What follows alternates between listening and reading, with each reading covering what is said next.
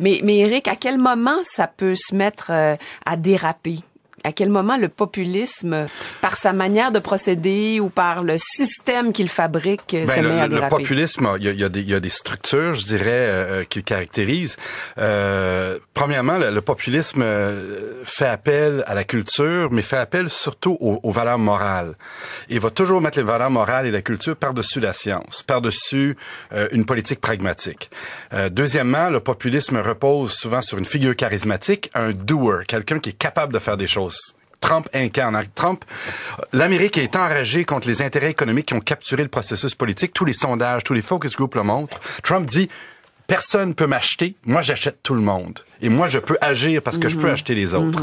Et donc il incarne la figure de... Alors souvent ça va être le figure donc de ce héros, souvent masculin, qui peut agir, qui agit, qui traduit directement une émotion en action, qui crée un lien immédiat avec le peuple. Pensez à l'émission de Chavez El Presidente, où les gens, c'était une ligne ouverte, les gens appelaient live à la télévision et réglaient des problèmes dans un village, des problèmes de...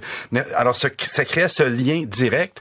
Souvent aussi les mouvements populistes sont des mouvements qui ont un vernis démocratique, qui ont un semblant de structure démocratique, mais de fait, c'est des mouvements organisés du haut vers le bas. On mobilise les masses, mais on veut pas qu'elles participent réellement. On veut qu'elles soient mobilisées de manière spectaculaire. Et tout le monde fait partie du show, mais personne n'est réellement impliqué dans le processus de démocratique. Et on détourne la colère populaire contre un ennemi qu'on identifie. Et c'est toujours, et ça c'est extrêmement important, la structure du populisme, c'est le peuple. Alors ça peut être tout et n'importe quoi, on le définit jamais, mais on définit le peuple pour définir le pas-peuple. Parce que c'est le pas-peuple qui nous intéresse. Le pas-peuple. Le pas-peuple. Et le non-peuple. Le non-peuple. Et le non-peuple, c'est toujours l'élite. Le non-peuple? Mais l'élite, ça dépend de qui parle. Du point de vue de la droite, l'élite, c'est nous autres ici autour de la table, là. Les méchants radio-canadiens, de gauche progressistes, culturés, qui perlent comme ça. Et qui habitons tous sur le plateau Mont-Royal, du premier au dernier. C'est ça. Versus un discours plus de gauche qui va dire que le peuple, c'est les intérêts économiques, c'est les grands banquiers, Wall Street, ou même le peuple, ça peut être le pas-peuple, ça peut être l'étranger riche, menaçant, ça peut être l'autre religion. C'est ça. Mais et ça, c'était Ernest Laclos, le psychanalyste, qui disait que le peuple, c'est un mot vide. Et c'est ça, sa puissance. Est-ce qu'il y a toujours la question du clivage économique dans le populisme? Est-ce que c'est toujours ça? Pas nécessairement. Il peut y avoir un clivage. Le clivage économique est toujours en arrière-plan, mais le clivage, on va prendre les mots du populisme, c'est les grands contre les petits. Et les grands peuvent être souvent économiques, mais ça peut être des grands sur le plan culturel, une élite politique. C'est toujours l'idée d'une élite qui s'accapare et qui contrôle la société, qui s'accapare le pouvoir par la voie économique, mais peut-être par la voie culturelle aussi. Et donc, il peut avoir ce chemin-là, surtout dans les populismes. Parce qu'on dit du populisme que c'est une idéologie maigre, qui doit donc s'arrimer, s'articuler à quelque chose de plus grand qu'elle, soit le libéralisme, soit le socialisme ou soit la théologie, le théocratisme. C'est les trois grandes figures. Le régime iranien, c'est un régime. Donc, est-ce que c'est vraiment une idéologie, le populisme, ou c'est un outil, une manière de fonctionner? Alors là, il y a des grands débats dans les chercheurs, entre les politologues, sur est-ce que c'est justement juste une stratégie ou une idéologie. Mais ce qui est clair, c'est que ce qui est propre au populisme, c'est cette idée de la morale, de la culture.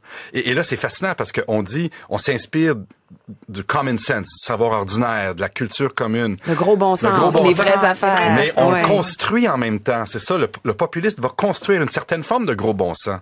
Donc, il va construire le peuple dont il va finalement se réclamer pour pouvoir... À mon avis, les populistes disent que c'est nous et seuls nous qui représentent le peuple vrai. Ça a deux conséquences immédiates.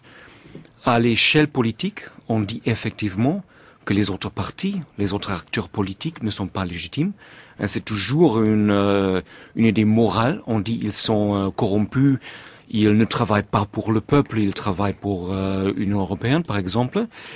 Deuxièmement, à l'échelle du peuple même, des citoyens, on dit que ceux qui ne soutiennent pas les populistes, qui contestent leur revendication d'un monopole moral de la représentation du peuple vrai, n'appartient pas au peuple vrai.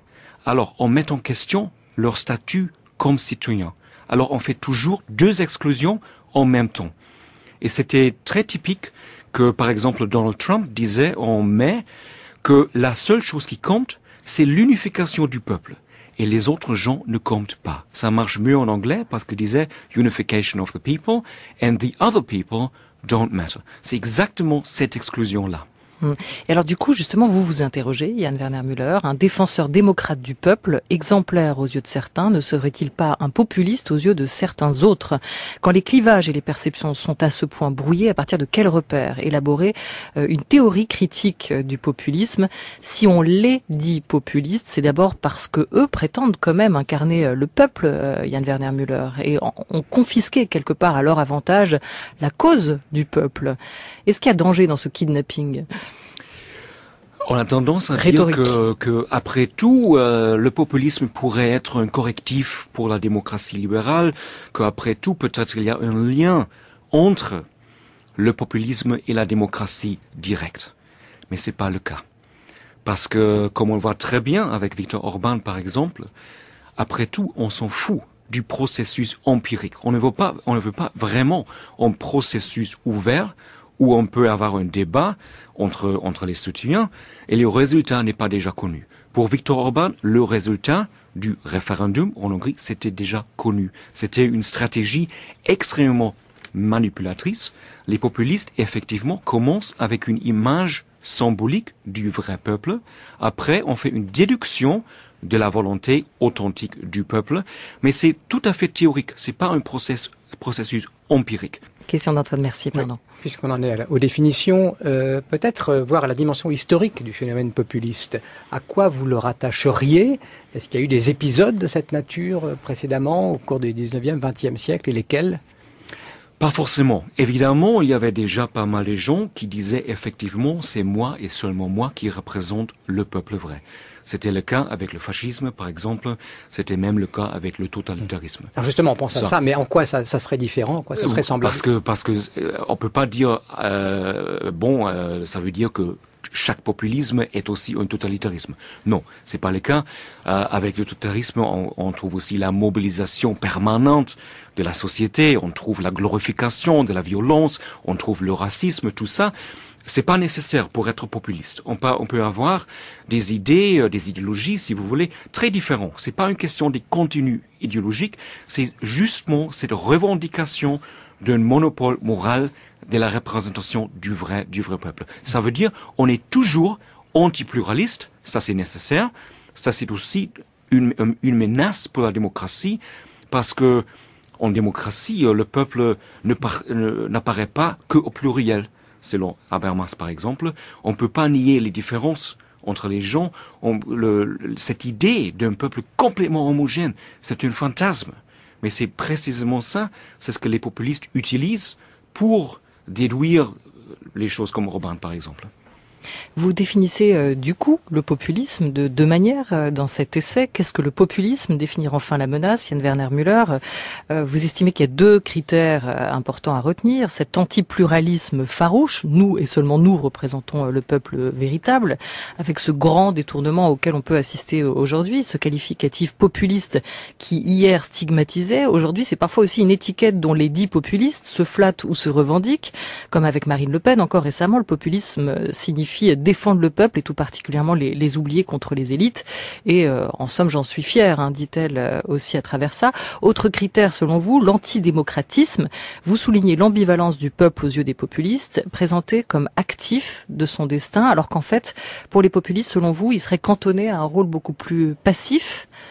C'est ça? Tout à fait, tout à fait. Comme je disais, on commence avec une image symbolique du peuple vrai. Après ça, on déduit la volonté authentique, un processus de participation n'est tout à fait pas nécessaire.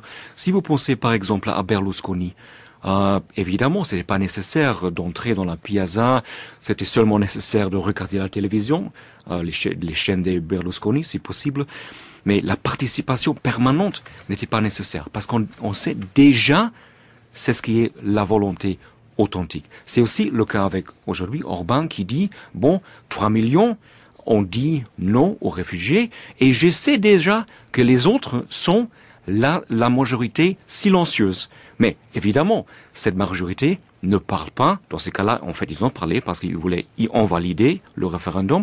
Mais c'est très typique de dire, en fait, je mets les mots dans la bouche du peuple, et après, comme Trump pendant l'été, je dis « I am your voice ». Mais c'est un fantasme. C'est une stratégie extrêmement manipulatrice. C'est un fantasme, mais malgré tout, ce discours populiste, on ne peut pas dire qu'il ne recueille pas de plus en plus d'adhésion dans ce qu'on pourrait appeler le peuple. C'est-à-dire que c'est un semi-fantasme, peut-être. Oui, tout à fait. Et évidemment, il y a aussi des raisons pourquoi aujourd'hui on voit des populistes presque partout. Je crois que nous vivons dans une époque où il y a un conflit fondamental entre, d'un côté, les gens qui veulent, pour faire bref, plus d'ouverture vers le monde. Ça pourrait prendre une forme plutôt culturelle ou plutôt économique, c'est la mondialisation. Mais ça pourrait aussi prendre la forme d'une ouverture vers, par exemple, les minorités dans son propre pays. À l'autre côté, il y a les gens qui veulent évidemment la fermeture. Ça, c'est un conflit, en principe, qui est légitime. On peut avoir un débat sur question d'immigration et tout ça. Mais en même temps, ce sont des thèmes qui marchent extrêmement bien pour les populistes. Parce que c'est leur métier de dire qui appartient au peuple, qui n'appartient pas. C'est inclusion, exclusion, c'est leur truc d'une certaine façon. Si par hasard, notre grand débat serait sur des questions bioéthiques, par exemple, ou les climats, ça serait pas évident. Pourquoi les populistes pourraient nous donner des grandes réponses sur des questions comme ça? Mais quand vous dites fermeture, il y a aussi cette idée de protection quand même à travers. Donc qu'ils deviennent des boucliers contre une menace extérieure, un rempart sur ce qui peut menacer aussi nos sociétés. En ce sens, c'est aussi là où ils trouvent beaucoup de crédit et d'écoute avec ces discours. Tout à fait. Certainement, chez les populistes, on trouve toujours l'instrumentalisation du peur de l'autre. Parce qu'on fait toujours des exclusions. En même temps, on ne peut pas dire que, par exemple, tous ceux qui veulent le protectionnisme sont automatiquement populistes. C'est pas une question des offres politiques sursimplifiées. Je me méfie de cette symétrie qu'on trouve souvent. Des gens qui disent, par exemple, Trump, c'est l'extrême droite, Bernie Sanders, c'est l'extrême gauche. Non, c'est pas la même chose. Parce que Bernie Sanders ne dit pas, c'est moi et seul moi qui représente le peuple. Par contre, Trump dit exactement ça. Yann Werner Müller est notre invité, politiste, professeur de sciences politiques à Princeton. Vous évoquiez cette majorité silencieuse dont les populistes, entre guillemets, se revendiquent. Il y a un problème avec la représentativité en réduisant la présence de ces partis dits populistes dans les instances démocratiques avec un système de représentation assez resserré. On a ouvert un boulevard à ces partis, à ces hommes et à ces femmes politiques pour revendiquer ce que vous appelez ce monopole de la représentation populaire. Je dirais deux choses. Premièrement, il y a un problème en Europe aujourd'hui, c'est qu'on trouve d'une certaine façon une polarisation entre, pour faire bref, la technocratie et le populisme. Ça veut dire, d'un côté, on dit effectivement aux électeurs, il y a une seule solution économique, par exemple. Un débat n'est pas nécessaire pour, par exemple, sauver l'euro, il faut faire comme ça, il n'y a pas des autres arguments. À l'autre côté, il y a des populistes qui disent effectivement, il y a une seule volonté populaire, authentique, un débat c'est pas nécessaire. Alors, d'une certaine façon, les deux ont quelque chose en commun. Parce qu'on dit, un débat n'est pas nécessaire, même un parlement n'est pas nécessaire, il ne faut pas échanger des arguments, pluralisme n'est pas nécessaire. Et je crois que ça produit des frustrations. Parce que démocratie, c'est pas que je gagne. Démocratie, que j'ai l'occasion de présenter mes arguments, j'ai l'occasion de peut-être convaincre les autres, mais après, je peux, moi, réconcilier avec une décision contre moi. Mais si j'ai l'impression que j'ai jamais l'occasion de présenter mes idées, c'est seulement la technocratie ou les populistes qui déjà savent la voix authentique du peuple. On a le sens de perdre le contrôle complètement. Ça, c'est un peu le problème en Europe aujourd'hui. Deuxième point, possiblement, on parle souvent d'une crise de la représentation. Et d'une certaine façon, c'est vrai, c'est parce que c'est exactement le problème à l'échelle européenne. Que d'une certaine façon, il n'est pas possible d'avoir un conflit dans le cadre européen, par exemple, entre austérité et, pour faire bref, l'anti-austérité. Je trouvais que très intéressant ce que vous disiez tout à l'heure, parce que vous sembliez faire un parallèle entre ce qu'on appelle la pensée unique, c'est ce que dit l'Europe, il n'y a pas d'alternative, c'est comme ça, c'est l'intérêt général, c'est l'intérêt de la raison, le cercle de la raison, et d'autre part le geste populiste qui dit c'est le peuple, je représente le peuple, comme s'il y avait un miroir, une sorte de situation en miroir des deux systèmes. Est-ce que vous défendez cette précisément ça. Et d'une certaine façon, la technocratie produit le populisme parce que c'est plus facile de dire bon, les peuples ne sont pas présents de tout, on nous écoute jamais. Alors il faut trouver une manière de donner des choix aux gens dans le cadre européen. Vous avez tout à fait raison. Si maintenant vous votez pour Tsipras, vous avez le sens que quand même rien ne change. L'austérité reste en place. Mais ça, c'est le problème à l'échelle européenne. C'est pas le problème du système en Grèce. C'est précisément le sens que, bon, peut-être on peut voter pour Juncker ou Schulz, mais après tout, c'est presque la même chose. Maintenant, on a la collaboration très serrée entre les deux. Alors, le sens d'avoir des choix, même à l'échelle européenne, ça serait très important d'achever. Yann Werner-Müller, politiste, est notre invité jusqu'à 13h30, auteur de Qu'est-ce que le populisme ? Définir enfin la menace. On va tenter de le faire et savoir surtout comment la contrer à vos yeux. Un ouvrage qui vient de paraître aux éditions Premier Parallèle.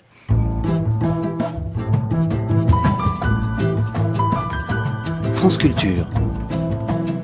La Grande Table. Olivia Gesbert. France Culture, 13h15. Alors, quelle riposte, Yann Werner-Müller ? Certaines approches du populisme vous semblent condamnées à l'échec. Dès lors, écrivez-vous, il ne faut pas considérer le populisme comme une maladie. On gagne peu à pathologiser le populisme. Il ne faut pas non plus répondre à l'antidémocratisme par l'antidémocratisme. Il ne faut pas, en plus, non plus penser que le peuple est réductible en une définition unique. Et enfin, il ne faut pas non plus interdire les partis populistes.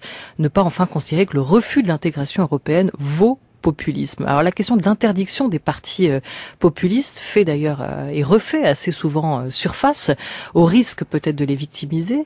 Vous en pensez quoi ? Est-ce qu'il faut leur offrir une place sur l'échiquier politique au risque, là, cette fois, de les légitimer, légitimer, je vais y arriver, de légitimer leur discours à défaut de légitimer les partis ?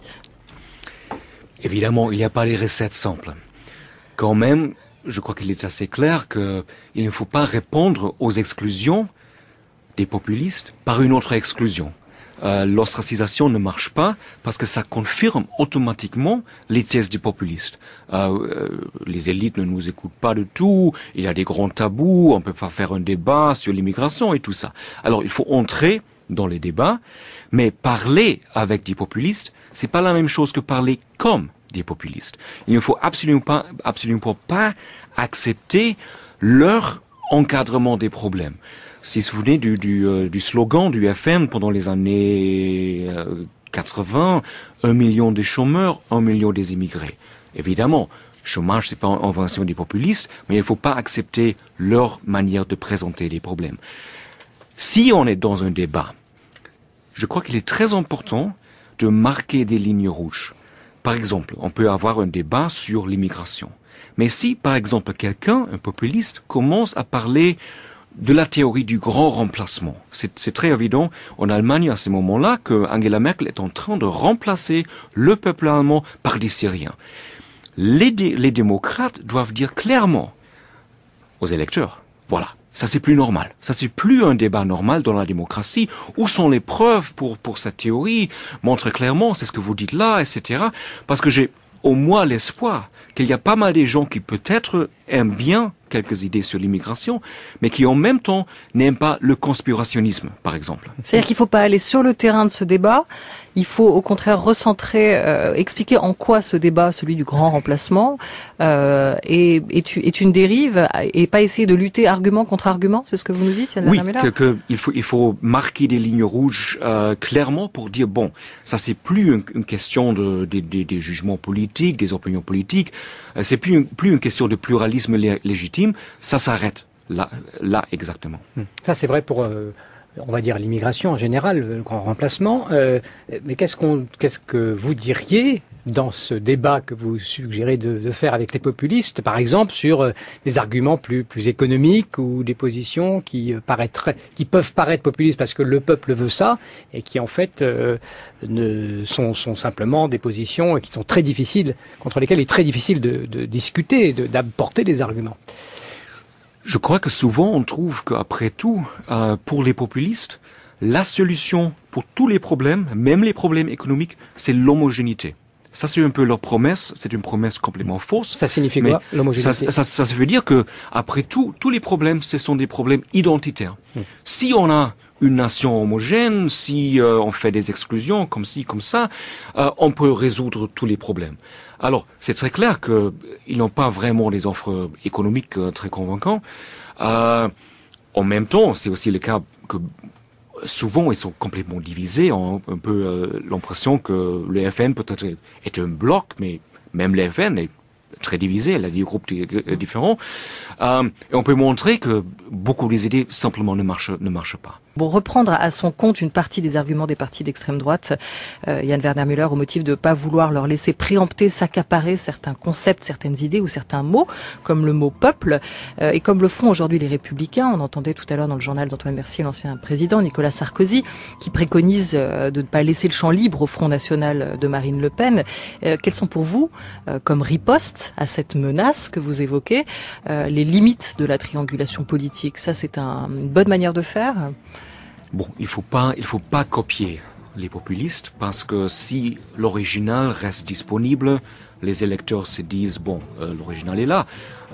En même temps, si les autres partis disent tout le temps non, ils sont dehors de la République, les valeurs républicaines, et après tout, on copie leurs idées. Bon, c'est une contradiction immédiate.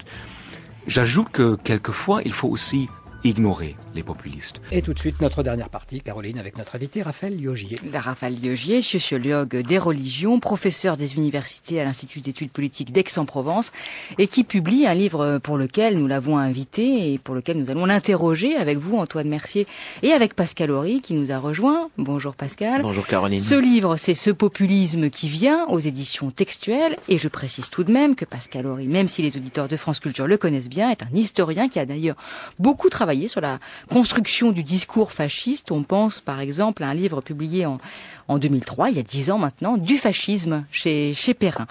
Une question de définition, ou même plusieurs questions de définition pour commencer, Raphaël Liogier, si vous le voulez bien, parce que évidemment le populisme est un terme galvaudé. Quand on voit arriver un livre qui s'appelle ce populisme qui vient, on dit ah non, encore un livre qui va parler du populisme. Mais de quel populisme exactement il s'agit? Et il me semble que tout l'intérêt, en tous les cas le grand intérêt du livre est de proposer une définition assez précise, même si les choses peuvent prêter à discussion. Nous sommes là pour ça. Cette définition est assez précise. Elle est contenue dans les deux premiers exemples que vous donnez, c'est-à-dire d'un côté Henri Guénaud et de l'autre Manuel Valls. En d'autres termes, le populisme, selon vous, déjà, transcende le clivage entre la gauche et la droite. Raphaël Liogier. Oui, une des caractéristiques du populisme, disons une de ses conséquences, c'est de transcender le clivage entre la droite et la gauche. C'est vrai qu'on a tendance à présenter le populisme comme une notion très floue, mais souvent ça sert ceux qui sont eux-mêmes populistes, cette espèce de flou dans la définition. Pour dire, on va dire par exemple, le populisme c'est de la démagogie. Le populisme, ce n'est pas de la démagogie, c'est autre chose. La démagogie c'est une tendance, pour ainsi dire, une pente, pour ainsi dire naturelle, de toutes les démocraties représentatives, c'est-à-dire en gros caresser le maximum d'électeurs potentiels dans le sens du poil pour être élu. Le populiste, c'est différent. Le populiste, il entretient un rapport avec la fiction du peuple, mais du peuple total, pris comme un tout. C'est le mythe du peuple. Voilà, il se présente comme étant directement connecté au tout du peuple, comme une sorte d'entité générale. Et du coup, il peut passer outre les différences entre droite et gauche, puisqu'il défend le peuple. Ça peut être le peuple de la droite, donc la grande tradition conservatrice, un certain nombre de symboles traditionnels, mais ça peut être aussi le peuple de la gauche. Ça peut être le peuple au sens le plus social du terme. Il transcende cette différence, mais pour réussir à transcender cette différence, il ne peut plus s'appuyer sur des programmes spécifiques, pratiques, réels. Il doit s'appuyer non plus sur la logique programmatique, mais sur une émotion. Et moi, toute la question du livre, c'est de savoir comment est-ce que dans une période donnée, dans certaines périodes, cette émotion se diffuse tellement dans l'espace public, se diffuse tellement collectivement que ça laisse la place à ces populistes. Parce que sinon, des populistes, il y en a toujours eu, mais ça ne marche pas. Ça ne marche pas, c'est-à-dire ça a quelque chose de risible, finalement, cette espèce de connexion mystique. Et vous sortez également le populisme ou les populistes des extrémistes ou des extrémismes, Raphaël Liogier. Oui. Vous dites que ce n'est pas nécessairement des contestataires, les populistes. Donc on ne les retrouve pas nécessairement à l'extrême droite et à l'extrême gauche. Alors, où situeriez-vous le Front National ? Ça va même plus loin, c'est que je crois que le passage des extrêmes, en particulier de l'extrême droite, à une phase populiste, c'est lorsque les extrêmes sortent de la protestation, non plus pour être seulement à la marge, mais pour prendre le pouvoir, pour prendre véritablement le pouvoir. Et pour prendre le pouvoir, on ne peut pas prendre le pouvoir en restant à l'extrême droite. On est obligé de jouer justement sur ce sentiment qui doit devenir central. On verra sans doute avec Pascal Horry, c'est ce qui s'est passé un petit peu à un certain niveau, sur un certain plan dans les années 30, même si aujourd'hui il y a de très grandes différences. Enfin, comparaison n'est pas raison, évidemment. Mais c'est vrai que le Front National aujourd'hui, lorsque Marine Le Pen récemment, prenons dans l'actualité, dit « Je ne suis pas d'extrême droite, ce mot est devenu péjoratif, etc. » Moi, je suis d'accord avec elle. C'est-à-dire que, en tout cas, elle n'est plus seulement d'extrême droite. Elle est d'extrême droite, c'est-à-dire qu'elle reste elle garde cette espèce de tradition, cette tradition réactionnaire, nationaliste qui était celle déjà de son père. Mais elle passe à un discours progressiste pour jouer sur ce sentiment de défense générale du peuple. On l'a très bien vu. Mais ça veut dire que vous faites rejoindre à la fois Marine Le Pen et Jean-Luc Mélenchon dans un discours qui se ressemblerait. Alors c'est plus compliqué parce que effectivement Jean-Luc Mélenchon est différent. Il est différent, c'est difficilement... Ce qu'il dit n'est pas la même chose. Voilà, par exemple, il n'y a pas le rejet des étrangers. Mais néanmoins, les électeurs finissent par s'y tromper. Et ce qui compte finalement, ce sont les électeurs. C'est-à-dire, c'est ce qui est en train de se passer. Regardez, à Marseille, une candidate du Front National... aujourd'hui devient une candidate qui était candidate au Front de gauche devient candidate du Front National aux élections communales à la mairie. C'est quand même alors oui, on va me dire c'est singulier, c'est un cas particulier, mais c'est avec des cas particuliers qu'on finit par construire ce nouveau noyau populiste. Mais quand même, Raphaël Liogier, comment vous pouvez expliquer à des politiques que ce que ressentent les gens, le peuple, la communauté, malgré tout, la majorité des gens, on va dire, n'est pas à prendre en compte, n'est pas quelque chose sur lequel il faut s'appuyer pour faire de la politique? Alors, moi, je ne dis pas qu'il ne faut pas en tenir compte. Je dis que, il faut commencer à faire une analyse de ce sentiment. Plutôt que de le nourrir et de s'en nourrir pour faire des voix, il faut commencer à essayer de faire une analyse au sens clinique du terme. Et c'est à ça que sert le livre. C'est-à-dire, qu'est-ce qui se passe pour en arriver à un tel sentiment, je veux dire, qui est très différent de celui des années 30. Aujourd'hui, c'est ce que j'appelle une sorte de sentiment de défense culturelle généralisée. Qu'est-ce qui se passe dans notre espace public pour qu'une notion, en réalité assez précise juridiquement, très précise juridiquement, qui est la notion de laïcité, qui suppose séparation des églises et de l'État d'un côté et neutralité de l'autre, devienne soit moi ce que j'appelle patrimonialisé, c'est-à-dire fasse d'un seul coup partie du patrimoine culturel à défendre au même titre que Clovis ou la virginité de Jeanne d'Arc. Alors que ça n'a rien à voir, on est dans une sorte de paquet. Alors qu'est-ce qui se passe? Pourquoi? Alors mon hypothèse, c'est que nous sommes passés d'une crise qui était une crise économique et sociale qui existait déjà dans les années 80 à la sortie des 30 Glorieuses. Mais ce qu'on n'a pas vu venir, c'est que dans les années 2000, nous sommes passés à une crise symbolique. Et une crise symbolique, c'est plus profond qu'une crise économique et sociale. Il faut qu'il y ait la crise économique et sociale, mais c'est un autre palier qui doit être franchi. Alors comment on répond à une crise symbolique précisément, si ce n'est en usant de symboles aussi? Une crise symbolique, c'est une crise du récit collectif. C'est-à-dire, individuellement, on a besoin de se raconter pour dire qu'on existe. Une crise identitaire, pour le dire autrement? Alors, comme c'est un mot qui est aussi galvaudé, j'hésite à parler d'identité, mais si on entend identité, lorsqu'on a peur, lorsqu'on est angoissé par le fait de ne pas être identique à ce qu'on a été, oui, c'est une crise d'identité qui est très forte. Ouais. Comment y répondre? En reconstruisant un récit positif et pas en se nourrissant négativement. Pascal Horry. Oui, on m'a tendu à plusieurs reprises une perche à propos des années 30. Le point commun que je vois entre la définition de Raphaël Liogier de ce terme difficile à manier, qui est populisme, parce qu'avec ce isme, il fait penser que c'est une idéologie très structurée, alors que ce qui est intéressant, c'est sa tendance à être liquide, à être un peu mou et attrape tout. La ressemblance que je vois, effectivement, c'est qu'il y a eu une crise aussi symbolique dans les années 30, et qui avait quelque chose qui s'appelait le fascisme, qui faisait converger des éléments de droite et de gauche. Le fascisme ne vient ni de la droite ni de la gauche, il y a toute une polémique sur les origines du fascisme, il vient de la guerre, bon, pour simplifier. Et il réussit à parier, y compris des personnes, mais surtout des idées, qui viennent, en particulier, des formes extrémisées de la droite et de la gauche. C'est ça le génie, presque involontaire, du fascisme. Donc, dans une période où, la différence que je verrais, ces grandes références se sont quand même mollement effondrées, où on a quand même globalement une sorte de méfiance à l'égard des constructions idéologiques trop solides, dans une période où, en Occident du moins, parce que là, de quelle région parlons-nous? L'individualisme triomphe et le zapping intellectuel triomphe. Alors il est évident que le populisme liquide peut servir, mais d'un autre côté, que répondre en dehors de ce volontarisme? Parce que dire que on parler au nom du peuple dans un système qui, depuis 2 siècles, est fondé sur la souveraineté populaire, c'est assez cohérent. Et se méfier des élites, je signale que c'est une vieille tradition d'une bonne partie de la société politique française. Il y a 2 points. Il y a 2 points dans vos remarques.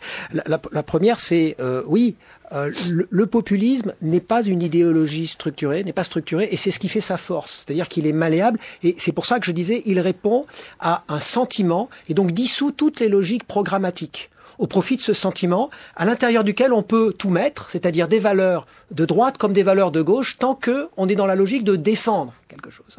Alors, il est vrai que dans les années 30, cette défense, elle s'était focalisée de façon beaucoup plus solide sur des idéologies quand même racialistes. Et au nom de la logique de la race, même de la purification raciale, on l'avait aussi en France, on avait aussi des racialistes en France, on pouvait réunir des thèmes de droite et des thèmes de gauche. Rappelons-nous que le parti nazi, c'était le parti, alors qui vient de la droite, lui, Hitler vient de la droite, mais il a quand même fondé un parti, le parti national-socialiste, des travailleurs allemands, le mot complet. Aujourd'hui, c'est différent, vous avez raison, deuxième partie de votre raisonnement. Nous ne sommes plus dans un rapport à des idéologies solides, mais nous sommes dans ce que j'appelle l'opiniologie. C'est pour ça que je dis qu'aujourd'hui, nous sommes dans ce que j'appelle le populisme liquide. C'est un populisme qui circule opiniologiquement à partir de constructions multiples et variées qui peuvent s'effectuer et se dissoudre en temps réel, et seul reste le sentiment de défense, avec cette idée nouvelle, qui est plus la race, qui est l'idée de culture, à l'intérieur de laquelle on peut, qui est adaptée à la société de consommation opiniologique où on change en permanence. Je donne juste un exemple. Pendant le mariage pour tous, moi j'ai observé justement l'évolution pendant les débats ou non-débats, lorsqu'il y a eu cette manif pour tous, qui en fait était populiste, puisque on représente le pays réel.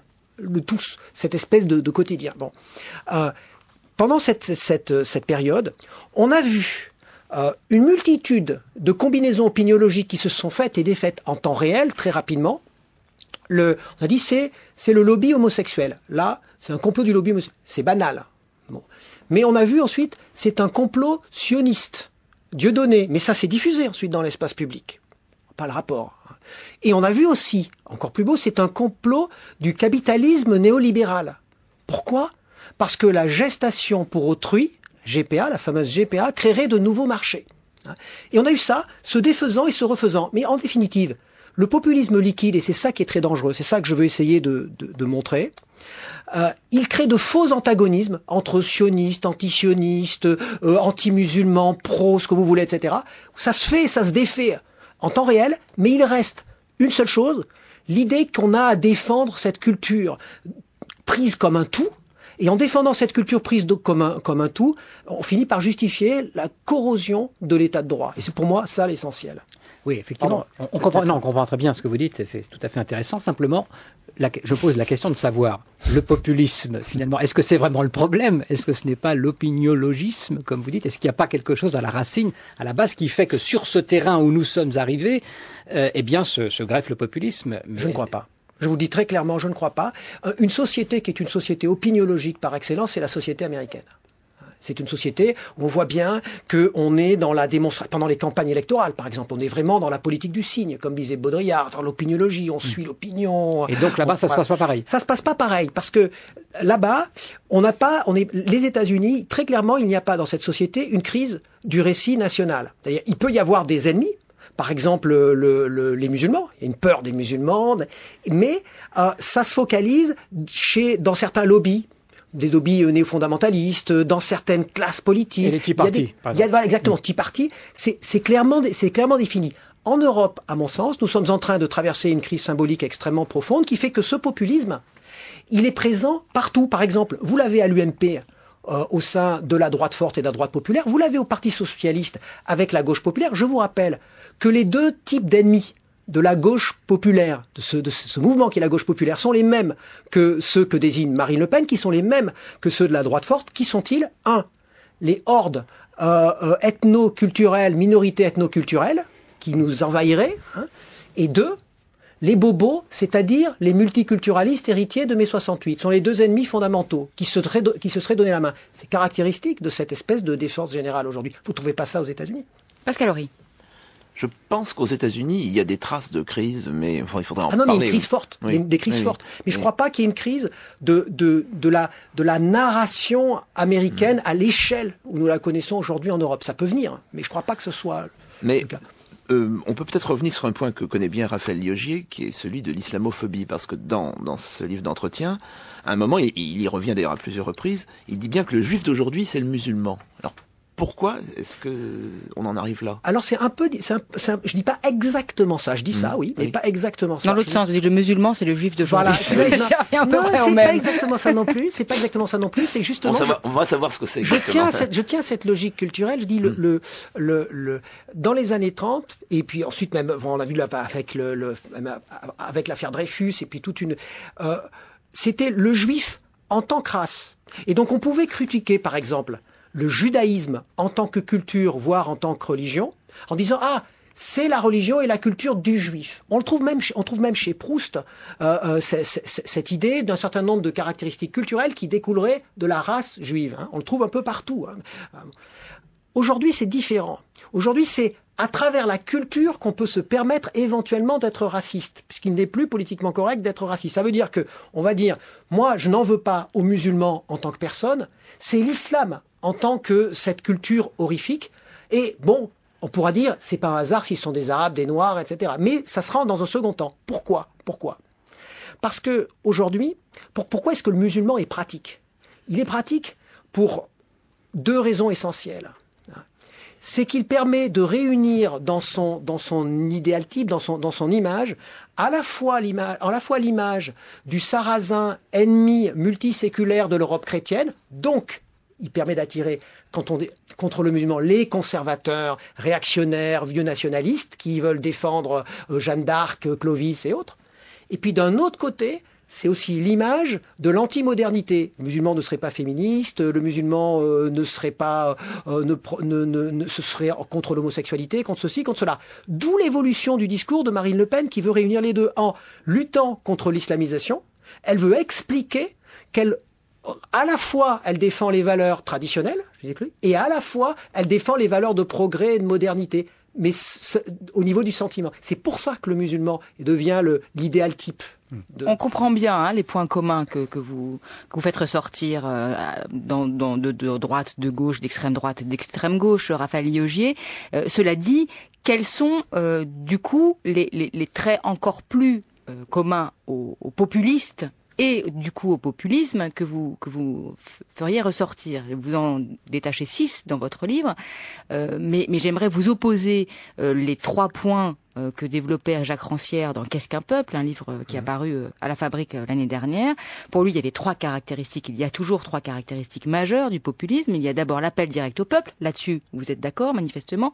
Il y a la dénonciation des élites corrompues, on va peut-être y venir sur le culte du réel que vous avez commencé d'évoquer tout à l'heure. Et puis il y a le rejet des étrangers avec cette défense de l'identité nationale, ce qui exclurait donc encore une fois l'extrême gauche. Donc quelles seraient pour vous ces caractéristiques communes, ce plus petit dénominateur commun à tous les populistes que vous avez soulevés? Lorsque vous dites que ça exclurait l'extrême gauche, oui, ça exclut une grande partie de l'extrême gauche. Néanmoins, à certains moments, alors dans une certaine extrême gauche ou d'une gauche qui se représente comme extrême, je pense au parti de gauche, il y a pu y avoir cette espèce de glissement vers le souverainisme. Je cite un article de Jean-Luc Mélenchon dans la Revue de Défense Nationale, où il explique assez clairement, alors il est anti-américain, effectivement, anti-néolibéralisme, enfin classique de l'extrême gauche, mais donc anti-impérialiste, mais contre l'impérialisme américain, mais pour la restitution de la place centrale de la France. Donc pour un souverainisme, pour remplacer un impérialisme par un autre, avec la nostalgie implicite de l'impérialisme français. Et ça, c'est quand même caractéristique du populisme. C'est pour ça que je nuancerai. Ouais. Mais pour moi, l'essentiel du populisme, c'est-à-dire le fait de faire appel à la fiction du peuple, c'est finalement quelque chose qui a existé à toutes les époques, mais ça n'a pas forcément été pris au sérieux. Ce qui est intéressant, c'est pourquoi est-ce que ça marche? Et là, j'en viens à répondre à votre question, parce qu'il y a une atmosphère propice à ça. Et cette atmosphère propice à ça, c'est le sentiment, on en parlait tout à l'heure lors de votre question aux informations, c'est le sentiment d'encerclement. Le sentiment d'être encerclé, c'est ce que j'appelle la mise en scène paranoïde, qui existe à l'échelle, qui peut exister à l'échelle d'une collectivité. Où, d'un côté, on a le sentiment d'être dévoré, mais de façon impersonnelle, et on le voit dans tous les sondages, même s'il faut se méfier des sondages, ils sont quand même concomitants dans l'ensemble de l'Europe, de sentiments de déclin généralisé, d'effondrement, d'être agressé par la mondialisation. La mondialisation, c'est un fait. On peut vouloir différents types de mondialisation. Mais en fait, on est dans une société mondialisée. Et tous les sondages nous montrent que c'est entre 60 et 90% des Français, et des Européens aussi, veulent se défendre contre la mondialisation. Hein. Et à côté de ça, donc il y aurait une part de nationalisme. Oui, mais c'est trop impersonnel. C'est-à-dire que la mondialisation, c'est quelque chose, les forces du capitalisme, c'est trop impersonnel. Montebourg, il est pas. Donc, il en perd son stylo. Merci. Donc il faut. Je dis ça parce qu'on l'entend ce matin sur ce thème. Personnaliser. Donc il faut personnaliser. D'où les traîtres. On sait, il y a des traîtres, on sait pourquoi. D'où les boucs émissaires, comme les musulmans. Pour parler de Montebourg, la différence qu'il y a, à mon avis, aussi une autre différence, c'est pour ça que je parle de populisme liquide, entre les années 30 et aujourd'hui, c'est liquide aussi parce que dans les années 30, il y avait des partis spécifiquement populistes. On savait où ils étaient. Le parti fasciste, on savait ce que c'était. Le parti nazi, on savait ce que c'était. Il y avait idéologie racialiste solidifiée, puis des partis eux-mêmes qui étaient relativement solides, fondés sur ce sentiment. Aujourd'hui, c'est différent. On a une sorte de liquéfaction de ce sentiment à travers une multitude de partis, que ce soit au PS, à gauche ou à droite. Ce qui fait que on peut pas. Il y a des leaders qui sont complètement populistes, mais la plupart des leaders deviennent à certains moments partiellement populistes. Et je prends l'exemple même de François Hollande. François Hollande, lorsqu'il dit... Tout le monde est populiste, alors, là. Non, c'est pas ça. C'est pas ça. C'est c'est pas que tout le monde est populiste. C'est-à-dire qu'aujourd'hui, cette liquidité, elle l'humidifie, elle corrode en quelque sorte le système de l'intérieur. Ce qui fait qu'il y a tout le monde n'est pas forcément populiste, mais aujourd'hui, on ne peut plus s'abstraire de discours partiellement populistes si on veut rester au pouvoir. En comparaison avec les années 30, le populisme liquide, j'espère qu'il ne se termine pas de la même façon que le populisme solide. Non, il se termine pas du tout il se termine pas de la même manière parce que les idéologies solides permettent de mettre en place des programmes solides et horribles tels qu'on les a connus. Aujourd'hui, cette liquidité, elle a quand même un point commun avec les années 30, qui n'est pas le fait de mettre en place des programmes politiques. C'est peut-être plus grave encore, non, finalement. Mais non, je pense quand même que c'est moins grave, mais en tout cas c'est plus invisible parce que c'est une corrosion de l'état de droit. Par exemple, on va interpréter la laïcité comme un instrument de neutralisation des différences culturelles, alors qu'à l'origine, c'est pour les protéger.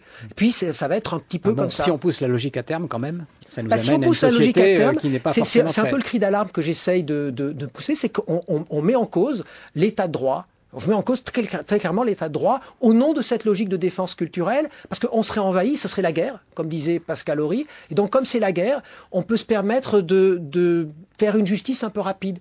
Regardez le rapport qu'avait rendu François Bayrou en 2003, à mon avis c'est le début du problème, au Premier ministre de l'époque, Jean-Pierre Raffarin. Il était écrit noir sur blanc qu'à un moment donné, la laïcité entre en contradiction avec les droits de l'homme. C'est une absurdité historique et une absurdité logique, puisque la laïcité est le produit direct des droits de l'homme. Mais qu'est-ce que ça voulait dire psychanalytiquement ? Ça voulait dire, nous sommes dans un péril majeur, il faut laisser tomber partiellement, en tout cas, les droits de l'homme pour pouvoir neutraliser ce danger. Ça, ça me semble être grave et ça me semble être... il faudrait en discuter. Pascal Horry. En même temps, à vous lire et à vous écouter en ce moment, on se dit que c'est quand même mal barré. Parce que ceux qui vont se dresser pour dire, mais après tout, les élites ne sont pas si mauvaises que ça, il faut faire preuve de volontarisme, à mon avis, ils sont extrêmement minoritaires. Très minoritaire, oui. Raphaël Liogier. Ah bah oui, c'est sûr. C'est sûr que une autre des caractéristiques d'une période réellement populiste, telle qu'on est en train de la connaître, où il y a vraiment une crise du récit collectif, c'est-à-dire que les Européens, les Français en particulier, ont du mal à se raconter positivement, c'est que les discours anti-populistes ne passent pas. C'est-à-dire qu'il faut essayer de les faire passer autrement, parce qu'on vous dit, pour revenir à ce que vous disiez, on vous dit, mais c'est contre le réel. Ça, c'est une vieille rengaine, cette histoire du réel. L'ennemi fondamental, un des ennemis fondamentaux du populiste, c'est le sociologue. Pourquoi ? Parce que le sociologue... Voilà, vous faites de Alain Finkielkraut un populiste. Il sera notre invité lundi pour son livre L'identité malheureuse, donc dans lequel il constate une crise identitaire, mais bon, on lui posera la question, savoir s'il se sent lui-même populiste. Je ne sais pas s'il se sent populiste. Ça dépend, parce que aujourd'hui... En tout cas, Raphaël Liogier se sent sociologue. Moi, je me sens sociologue parce que, vous avez vu, le sociologue, il oppose la notion de société avec toutes ces catégories sociales, ces différences, ces distinctions, ces rapports de force, ces intérêts, à la notion du peuple total. Donc ça énerve forcément le populisme. En même temps, le sociologue va voir le réel. Donc si vous dites que les populistes font le culte du réel, ils devraient écouter les sociologues. Oui, mais ils ont un culte du réel qui correspond à justement cette espèce d'intuition populaire qui va de soi et qui est incritiquable.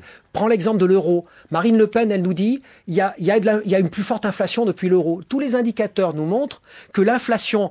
Il y a de l'inflation, certes, mais qu'il y avait déjà de l'inflation avec le franc et que cette inflation, elle a suivi son cours. La preuve, si vous regardez le taux de change avec la pound, la livre sterling, qui n'est pas passé à l'euro, on a à peu près le même rapport. C'est la preuve. Ou avec le dollar. La perception est réelle. Mais elle nous dit, de toute façon, vous avez tort. Vous avez tort. Exactement. Non, mais... de toute façon, vous avez tort. La liquidité progresse. Mais voilà, vous avez tort de toute façon, parce que la ménagère, lorsqu'elle va faire ses courses, elle le sent. Moi aussi, je le sens. Oui, c'est ça, cette idée de sentiment, du réel, qui est supposé être ce sentiment, qui réunit tout le monde. Et c'est ça qui est vraiment un problème, cette espèce de réel. Pascal Horry. Est-ce que la clé, c'est paradoxal de la part d'un culturaliste, c'est-à-dire moi, ce serait quand même pas qu'on sorte de la crise économique. C'est-à-dire qu'à partir du moment où la crise économique n'alimente plus les frustrations, l'impression d'être menacé, il est possible qu'à ce moment-là, on entende d'autres discours que le populisme. C'est tout à fait possible, mais quelle différence y a-t-il entre une crise symbolique et une crise économique ? Pour qu'il y ait une crise symbolique, il faut d'abord qu'il y ait une crise économique. Ce serait un peu comme un individu qui, dans son quartier, est quelqu'un de reconnu parce qu'il est toujours bien habillé, il est relativement riche, et donc c'est quelqu'un d'important. Puis à un moment donné, il est en crise économique, mais il arrive à maintenir les apparences, c'est-à-dire qu'on continue à le regarder comme quelqu'un d'important. Hein. Mais à un autre moment, la crise économique est tellement forte qu'il finit même par perdre le pouvoir matériel de repasser ses pantalons et d'être vu comme il voudrait qu'on le voit. Et donc progressivement, il perd même le regard, c'est-à-dire ce qu'il veut raconter sur lui, ce qu'il veut dire qu'il est. Il n'est plus vu comme ça. Et lui-même ne se voit plus comme ça. Et ça finit par poser un problème. Il a besoin de trouver, là, à ce moment-là, des boucs émissaires. Je crois qu'en Europe, on en est là. Donc si, effectivement, reconstruire un récit collectif d'une partie du monde qui a été le centre de gravité de l'humanité, c'est quand même pas rien. Reconstruire un récit collectif, ça supposerait aussi de reconstruire une économie stable qui existe dans la dynamique mondiale. Comment on va reconstruire, puisque le populisme liquide, c'est aussi le résultat d'une société liquide. Vous parlez de la modernité à la fin, on vous dit comment définissez-vous la modernité ? Vous dites ce qui est nouveau, c'est que la subjectivité individuelle devient sacrée.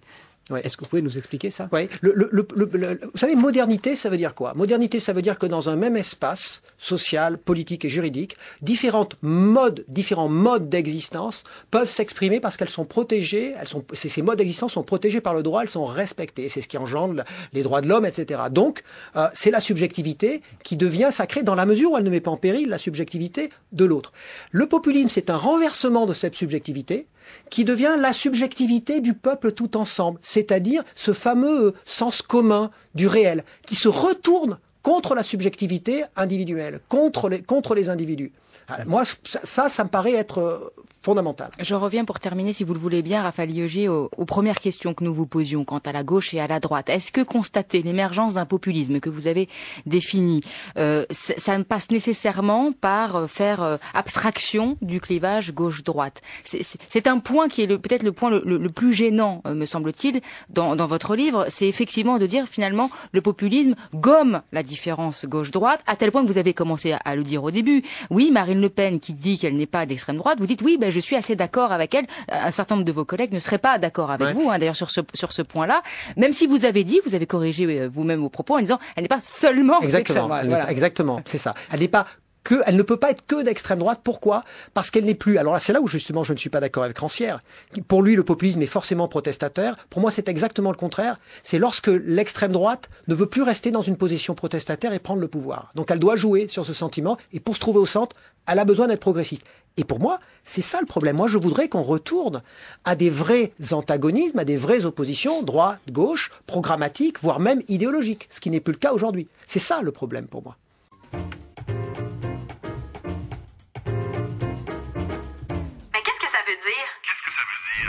Depuis le début des 2 campagnes politiques qui rythment l'automne, la course à la chefferie du Parti québécois et la campagne présidentielle américaine, le mot « establishment » est employé sans ménagement.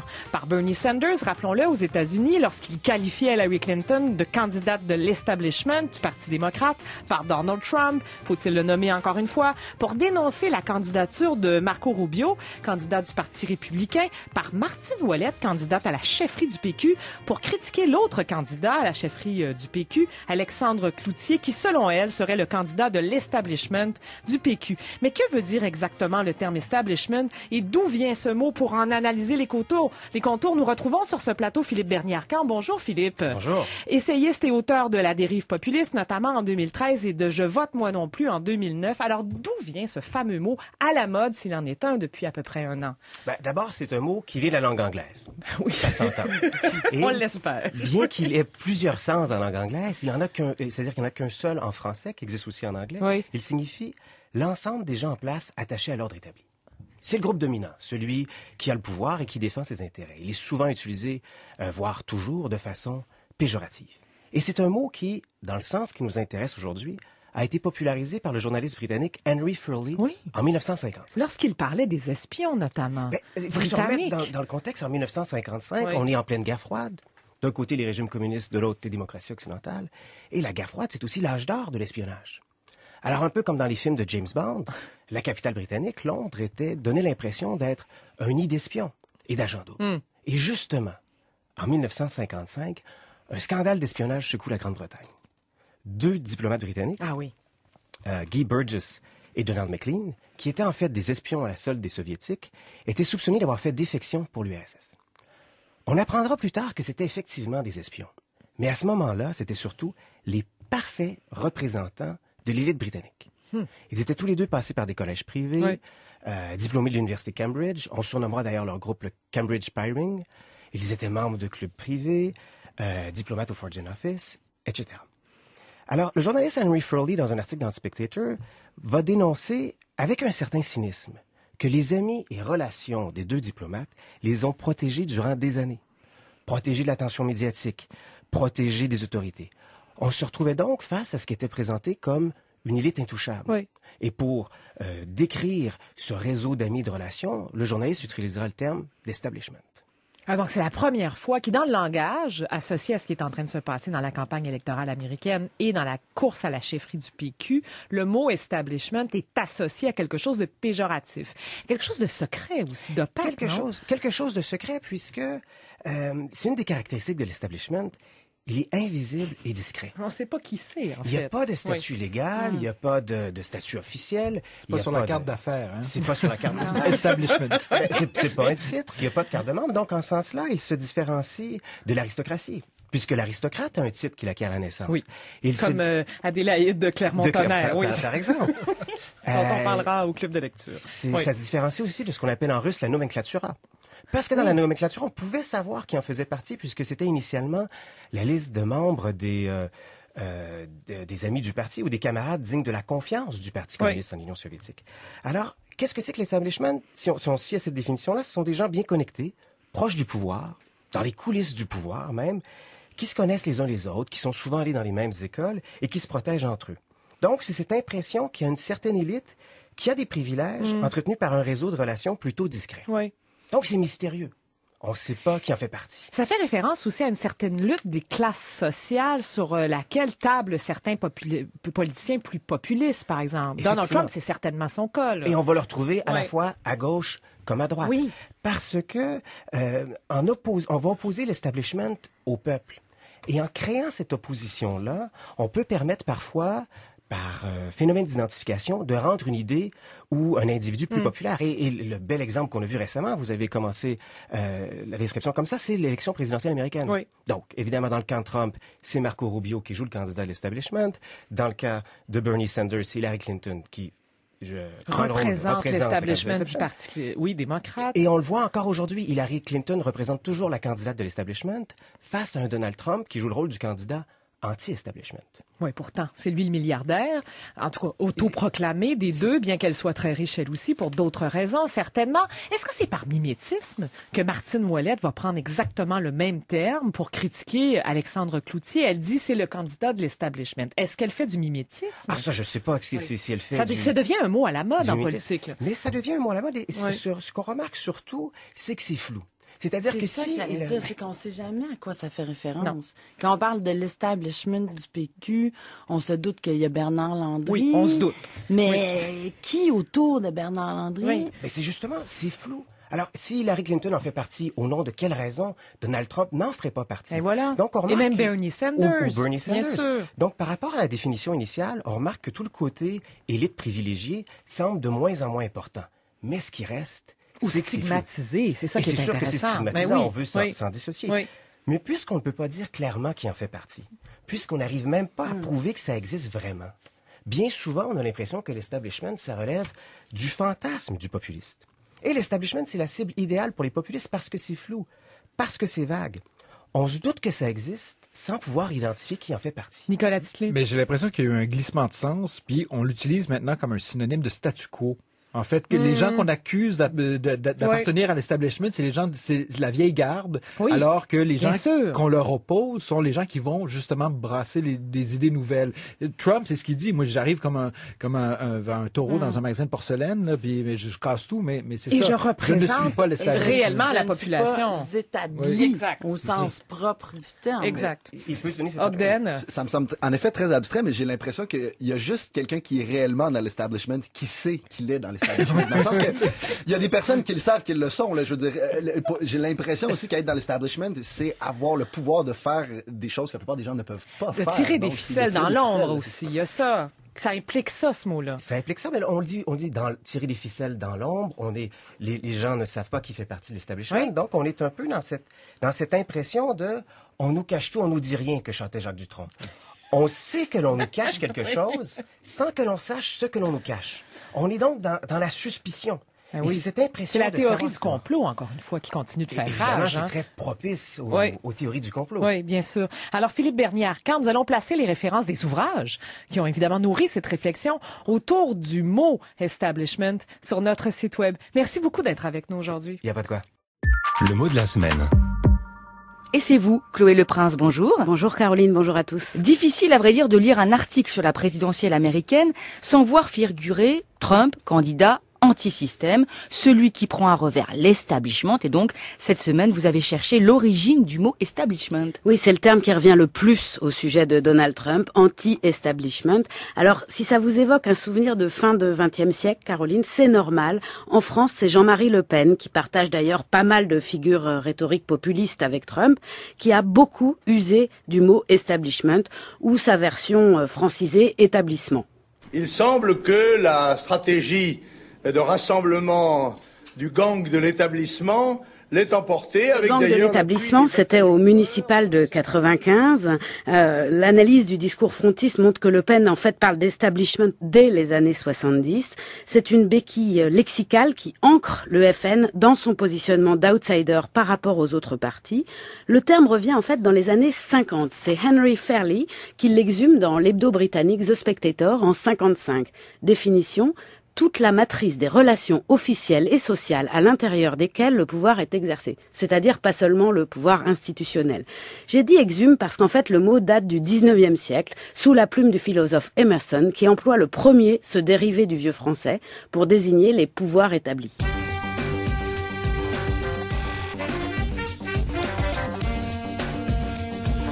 Ici Marie-Louise Arsenault, toujours en direct du studio 17 de Radio-Canada à Montréal. À la 60e minute de cette émission, nous accueillons sur ce plateau les 3 participants à la discussion sous le thème « D'où vient le populisme ?» Pierre-Luc Brisson d'abord, candidat au doctorat en histoire ancienne à l'UQAM. Bonjour Pierre-Luc. Bonjour Marie-Louise. Vous publiez d'ailleurs la semaine dernière un essai intitulé « L'âge des démagogues », une série d'entretiens avec le journaliste américain Chris Hedges, où il analyse les raisons, entre autres, de la montée d'un personnage comme Donald Trump. Tout à fait. Voilà. Avec vous, la journaliste Nathalie Collard, votre territoire de prédilection, c'est les médias dans le quotidien La Presse. Vous avez lu l'ouvrage de Pierre-Luc Brisson, d'ailleurs. Excellent. Et voilà. Et Joseph Yvon-Thériault, sociologue et professeur au département de sociologie de l'UQAM, que nous accueillons pour la première fois sur ce plateau, originaire de Caraquette. Oui. Oui, represent. Alors, selon John Judis, qui est un journaliste américain, il est auteur d'un livre dont on parle beaucoup dans les médias anglo-saxons à l'heure actuelle, de Populist Explosion, qui paraît donc cette semaine en Angleterre et aux États-Unis. Le populisme actuel est une exportation, Pierre-Luc Brisson, des États-Unis et une attitude politique qui remonte au 19e siècle. On pourrait la faire remonter beaucoup plus loin, parce qu'on le disait avant d'entrer en ondes, même dans la Rome antique, il existe un mouvement qui s'appelait les populares. C'est donc que des hommes politiques s'appuient sur le peuple pour défendre prétendument les idéaux du peuple, alors qu'ils ne sont pas du tout de cette classe sociale-là. C'est un phénomène historique qui est observé au début du 20e siècle, au milieu du 20e siècle, et qu'on observe présentement, notamment chez Donald Trump, qui est un multimillionnaire, un milliardaire, il se dit milliardaire du moins, et qu'il s'appuie sur la classe populaire défavorisée américaine pour supposément défendre leurs intérêts. On a là un schéma qui est tout à fait classique. Alors qu'il n'a rien à voir avec eux. C'est la même chose pour Bernie Sanders, d'ailleurs, parce que le populisme est autant l'affaire de la droite que la gauche, Joseph Yvon-Thériault, à votre avis. Hein? Oui, moi, tout à fait. Je pense que le populisme, c'est au départ une critique des élites qui nous ont trahis, au nom d'un peuple, qui est indéterminé, mais qui n'est pas divisé en lui-même. Et troisièmement, j'ajouterais une critique des institutions, le refus de l'institution, le refus des partis, le refus des formes de la démocratie et tout ça. Et ça date, effectivement, les Américains ne peuvent pas se l'approprier, les Russes ont inventé le mot au 19e siècle.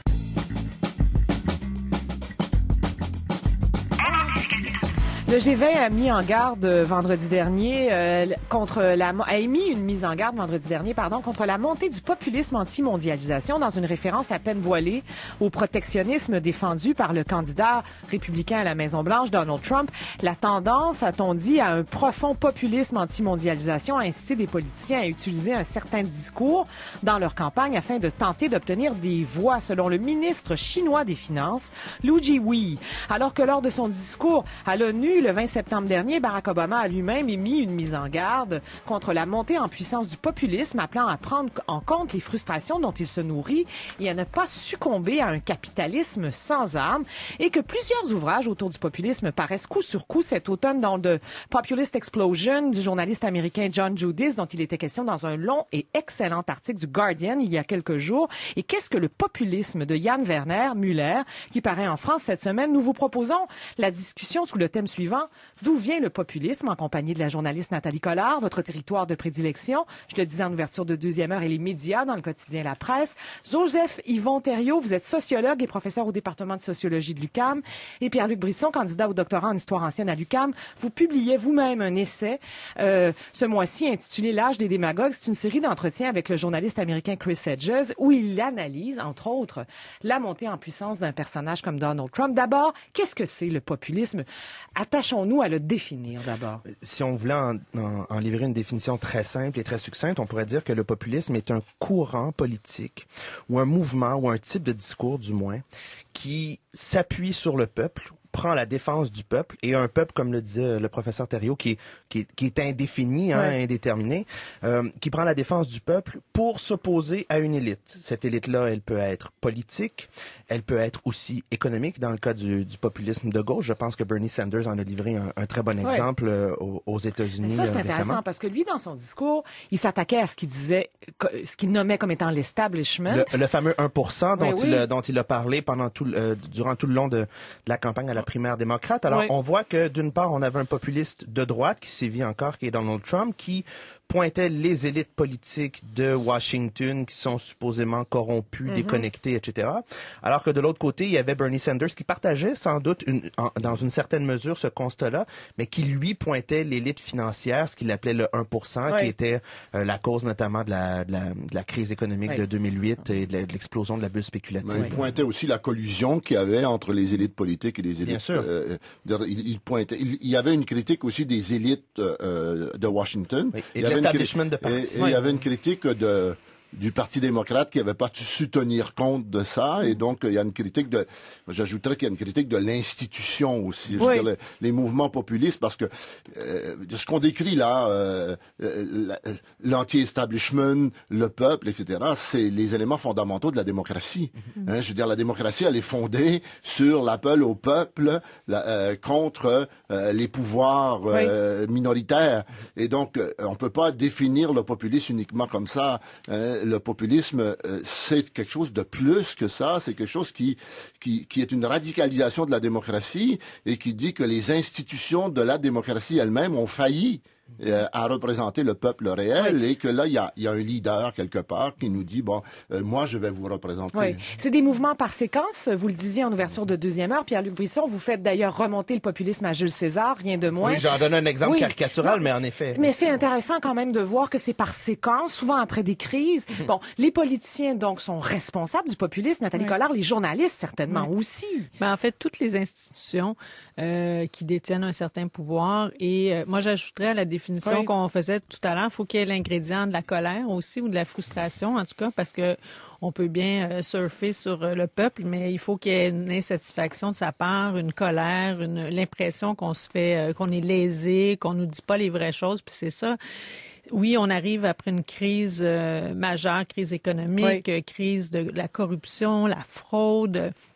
Les gens ont complètement perdu confiance, que ce soit dans le secteur bancaire, dans leurs politiciens, dans leurs médias. Ils ont toujours l'impression qu'on leur cache des choses. Les théories du complot, on le vend dans les voiles parce que on n'a même plus confiance aux médecins. On n'a plus confiance. Il y a de la collusion avec les pharmaceutiques. Je veux dire, tout le monde, il y a plus de confiance nulle part, et il y a des gens qui misent là-dessus et qui morcellent maintenant ce qui pourrait être un échange, une discussion, un débat, de l'information, mais là, elle est plus possible. On est à un point, moi, je crois, où c'est difficilement possible, et de la part des journalistes et de la part de plein d'autres institutions, parce que le bris de confiance, il faut rétablir la confiance avant de pouvoir rétablir un débat. Est-ce que vous croyez, comme Nathalie Collard, Joseph-Yvon Thériault, que c'est une crise de confiance qui crée la prolifération d'un certain populisme de la part des politiciens, certainement, de la part de certains journalistes bien en vue aussi? Oui, mais je pense que il peut pas avoir de populisme sans qu'il y ait un mouvement populiste. C'est pas qu'il y a des démagogues, il y en a toujours. Lorsqu'il y a réceptivité, il faut que le peuple, à un moment donné, ou qu'une partie importante du peuple reçoit ça. Et moi, je pense qu'effectivement, actuellement, il y a une grande perte de confiance dans la puissance politique et dans les institutions politiques. Les gens pensent qu'ils ne sont pas écoutés par les partis politiques traditionnels. Il y a une crise de la représentation politique partout. C'est un terreau fertile pour le populisme à ce moment-là. C'est-à-dire que c'est accompagné effectivement de la crise économique, mais c'est accompagné aussi de mouvements.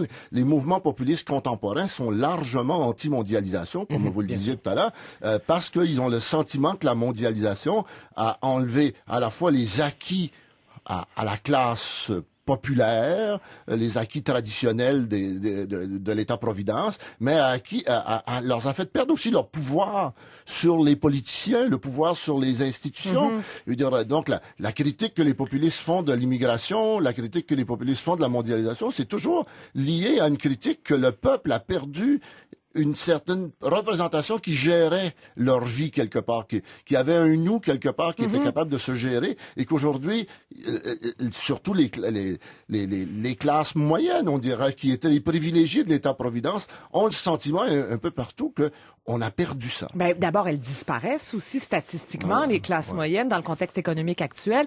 Pierre-Luc Buisson, vous êtes assez dur envers les médias, que vous accusez d'avoir, par exemple, favorisé la montée en puissance d'un personnage comme Donald Trump. Vous disiez avec beaucoup de justesse que le vidéo qui va contribuer, en tout cas qui a contribué à le faire couler depuis quelques semaines, ce fameux enregistrement de ses déclarations sexistes envers les femmes, la chaîne NBC le possédait, ce vidéo-là, depuis des années. Là. Mais bien sûr, je veux dire, ces déclarations-là ont été enregistrées sous le couvert, sans image, mais le micro ouvert, il y a une dizaine d'années.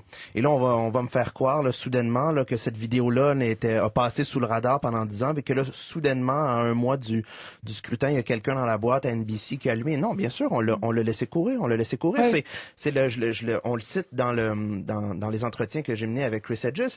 Le président de CBS a déclaré au printemps dernier que Donald Trump is damn good for business. Donald Trump est bon pour la business, pour CBS. Bien sûr, les médias ont une part de responsabilité. Et je dirais même plus, quand on parle de perte de confiance envers les institutions démocratiques, et la presse libre est un rouage important d'une démocratie saine et en santé. Quand on parle de perte de confiance, récemment, le Washington Post nous a démontré qu'est-ce que c'était qu'un média en pleine perte de repères, là, quand il a appelé lui-même le président Obama à ne pas accorder son pardon présidentiel à Edward Snowden. Edward Snowden, oui, a commis des gestes qui étaient répréhensibles et illégaux aux yeux de la loi, mais il a été le lanceur d'alerte qui a permis de mettre au jour le plus grand complexe de surveillance de la population américaine. Ce qui est ironique, c'est que c'est passé par le Washington Post. C'est passé par le Washington Post. Et le Washington Post lui-même appelle à la condamnation et à une procédure pénale contre l'une de ses sources. Alors, imaginez si la même chose avait été faite dans le cas du Watergate dans les années 70. Je veux dire, on est en pleine perte de repères. C'est vraiment du jamais vu, là. Alors, comment voulez-vous qu'on puisse avoir une presse libre, saine, en santé, quand justement il y a une telle complaisance avec le pouvoir. Mais c'est une danse qui se danse à deux, et sans prêcher pour ma paroisse, puis je suis tout à fait d'accord avec ce que vous dites sur les médias, mais il y a aussi dans le public une espèce de désintérêt ou de démission de s'informer, de lire, d'adresser des choses plus complexes. On veut la facilité, on veut les choses qui se lisent vite, on veut des petits potins, des choses qui... Est-ce qu'on veut ça ou est-ce qu'on est soumis à un régime qui nous impose ça? Nathalie, quand on, dans un grand média, et je ne nommerai pas de médias, mais tous les médias ou à peu près font ça, tout le monde mettent sur la même page le divorce de Brad Pitt et d'Angelina Jolie, puis des statistiques sur des crises financières comme étant des informations de même égalité. Il y a un vrai problème aussi. Mais il y a un problème parce que quand on propose, puis on en propose, puis là, je parle pas le média pour lequel je travaille, mais les médias en général, et les médias qui font dans le contenu très niché, très approfondi, la mise en contexte, l'explication, ben c'est pas les médias les plus populaires. Hein? Puis quand les médias plus populaires servent ce genre d'analyse-là plus fouillée, ben c'est les choses souvent les moins lues. Alors c'est un tango qui se danse à deux. Oui, bien sûr. François Lemay. Mais quand on va aussi dans des salles de presse, des écrans géants sur lesquels on recense les comptes Twitter les plus lus, les articles les plus lus, et qu'on dit aux journalistes plus de ça, c'est aussi un danger. Moi, ça me met mal à l'aise. Bien sûr. Pierre-Luc Buisson. Les médias sont une des explications du moins, mais je pense c'est pas la seule quand même. Mais je pense qu'il faut revenir à la base, et je pense que le professeur Thériault l'a très bien souligné d'emblée. Je pense que en tout cas, le populisme américain et le populisme tel qu'il émerge en Europe présentement, que ce soit en Ukraine, que ce soit en Pologne, que ce soit en Grande-Bretagne avec le Brexit ou en France, c'est d'abord et avant tout l'échec d'une certaine gauche, de ce qu'on appelle les élites libérales américaines. C'est la thèse de Hedges que je partage en très bonne partie. C'est l'échec de la gauche de pouvoir, de gouvernement, qui a échoué à représenter les classes populaires qui étaient auparavant le cœur, le noyau de son électorat. Comme l'a fait François Hollande. Exactement, comme l'a fait Tony Blair avec le Labour. C'est-à-dire que l'élite de gauche européenne ou américaine s'est lancée depuis 10 ans ou 15 ans dans la défense des droits des ultra-minorités. J'ai aucun problème avec ça en faisant moi-même partie d'une, mais on a défendu les droits des immigrants illégaux, on a défendu les droits des homosexuels, et on a complètement oublié que pendant ce temps-là, les politiques néolibérales, les accords de libre-échange, etc., créaient une réelle souffrance chez les travailleurs. Quand Donald Trump met le doigt sur la dévitalisation industrielle dans le Midwest américain, il a en partie raison. Michel Ouimet, votre collègue de la presse, qui est allé faire une série de reportages sur les gens qui votent aux États-Unis, rapportait qu'elle a rencontré des gens qui vont voter pour Donald Trump parce qu'ils ont perdu leur emploi dans des mines, par exemple, dans certains secteurs. Oui.